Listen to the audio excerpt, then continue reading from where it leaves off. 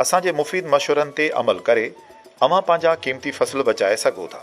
मौसमियाती खाते मूजिबि सिंध अंदरि मींहं पवण जा इम्कान मौजूदु आहिनि।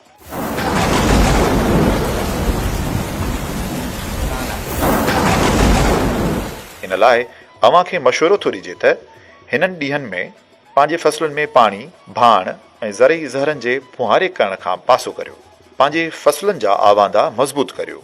नालियूं ऐं अॾूं साफ़ रखो ऐं नाकाबंदि करियो त जीअं ॿियनि आबादगारनि जे फसल जो पाणी अव्हां जे फसल में न अची सघे। मींहं पवण जी सूरत में मींहं जो पाणी बीहण न ॾियो। ख़ासि करे वणनि जे फसलुनि लाइ 24 कलाकनि अंदरि पाणीअ जे निकाल करण जो जोॻो बंदोबस्तु करियो।